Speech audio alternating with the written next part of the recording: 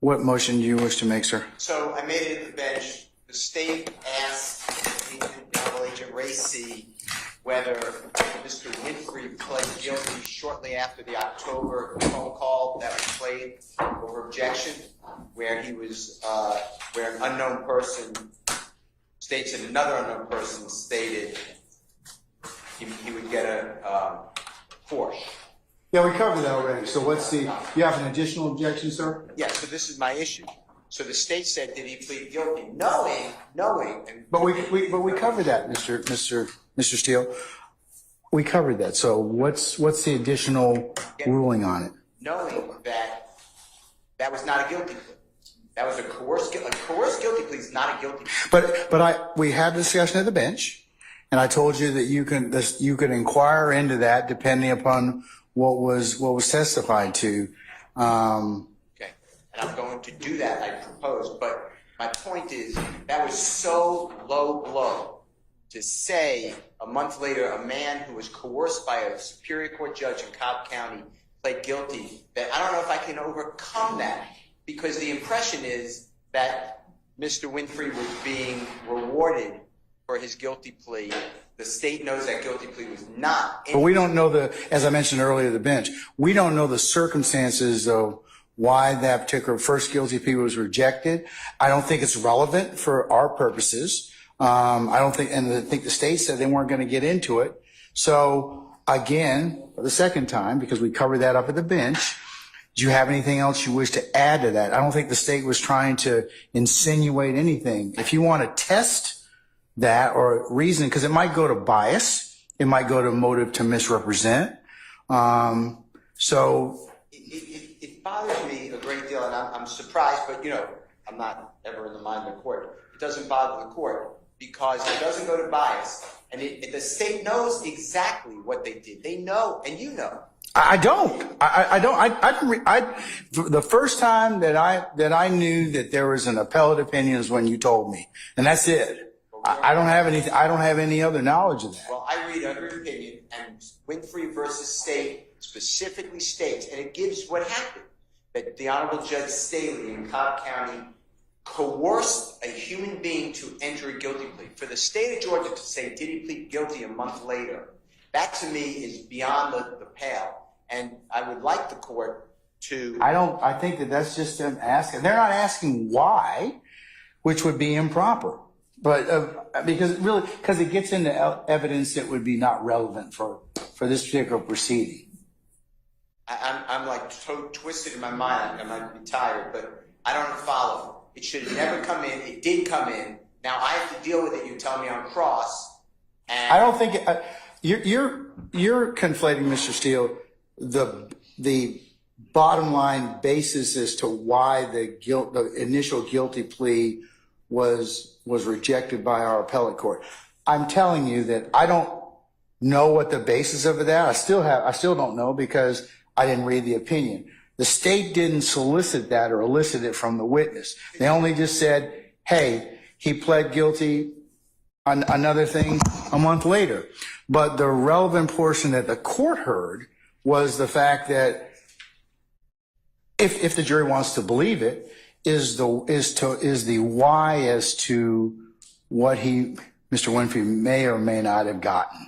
And that's the only thing that I heard at this point in time. I think that, from being a person who loves what we do and loves the courts, I think it's offensive to say and have an agent testify that a guilty plea occurred when everybody knows or should know that guilty plea is not a guilty plea. It is struck, vacated.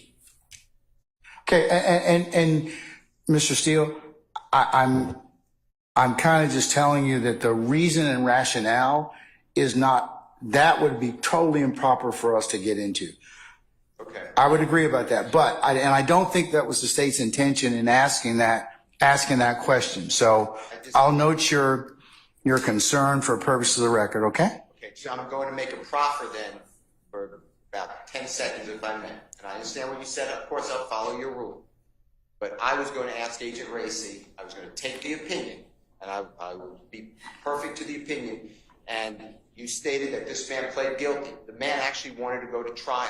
He She could say yes or no. The man was then told by Judge Staley that she doesn't see him winning. She knows the people in Cobb County. They will not like him. He will go to prison. He's going to be sentenced for X number of years, whatever the opinion says, and then he can answer the questions, and I will then ask the court to strike that testimony again like I did earlier. I understand you're telling me it's not relevant. I believe that it should have never come in the first place, and the state of Georgia has misled the jury. He did not plead guilty a month later because we do not recognize that as a guilty. When I say we, our system of what we call just was not. It was perverted.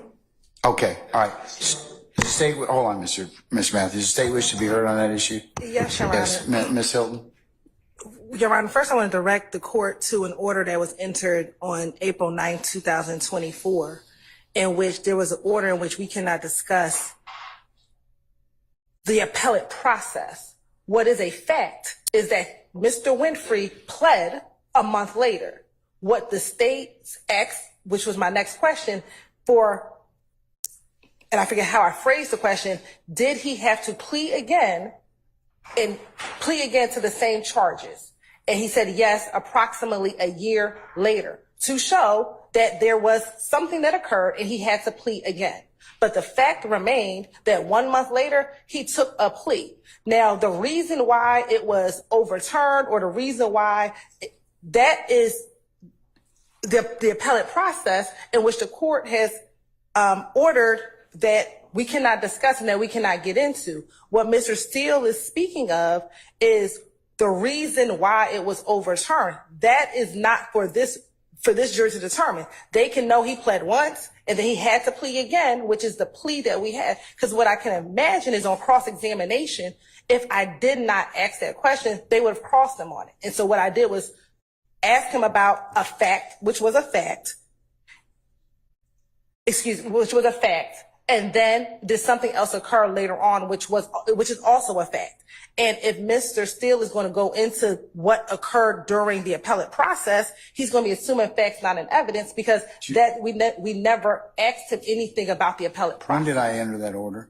On April 9, 2024. Okay, all right. So I've already dealt with that issue, Mr. Steele. I note your objection, so I don't believe that those questions would be relevant for this inquiry based upon my order. So, but I'll note your objection for the record, okay? Of course. No, all right. I appreciate your kindness. Can I have 2 more statements for this, though? If you don't mind. I understand the ruling. I just want to make 2 more statements. Yes. Okay, thanks. First one is, I don't know how the state can say I was going to, or anyone, maybe I shouldn't speak for other people. I never had a conversation with the prosecution that I would ever cross-examine a witness on a coerced guilty plea. You made a proffer, that's all. I mean, I don't think we need to spend more time with it, but I'm good. They took the wind out of the sails. I never, ever was going to do that. Number 2, based upon your ruling, I understand it, and I'd just like you to, I'm going to move for a mistrial because I can't cross in it. If it's denied, can you just do what I've been doing? I'll deny the motion for mistrial. I'll go ahead and grant you, I will note that you've asked again for mistrial before the positing of the next question, which you've done. All right. Mr. Matthews, did you have something you wanted to tell? Yes, I just wanted to chime in on that issue that's just been addressed by the court. I wanted to. Which issue, sir? That the Honorable Mr. Steele addressed with the court. Which one? The guilty plea. Okay. Or lack thereof. Okay. So essentially, Your Honor, when the state had Agent Raissi on the stand, they started with the jail call. They played the jail call, give you a Porsche and a $250,000. Then they identified this person shot. What did you hear him say? Heard $250,000, Porsche purchase. What was significant about that call? And then, Your Honor, the state said, now did a month later did Jimmy Winfrey plead guilty? In the testimony, the response was he pled.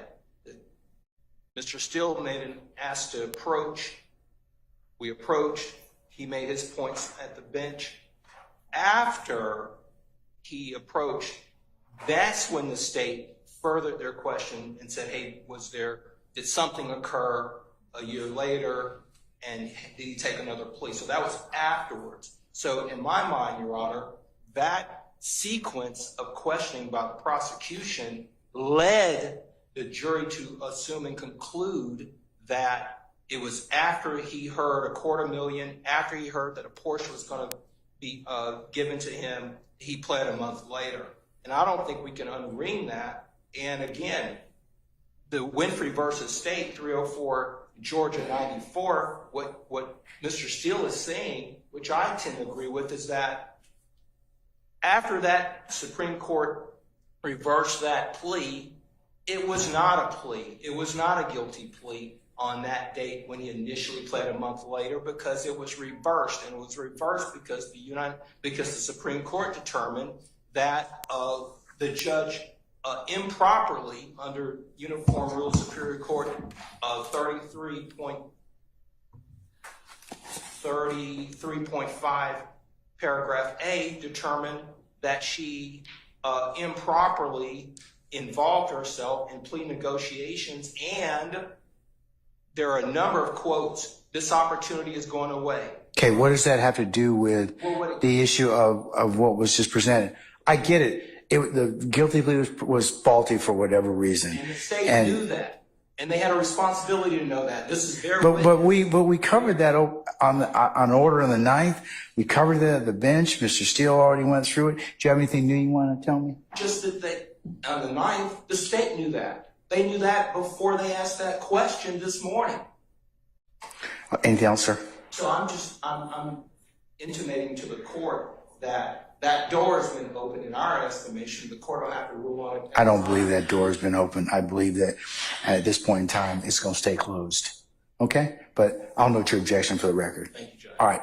We're in recess till tomorrow morning at 9:30. I'll see you all then, okay? All right.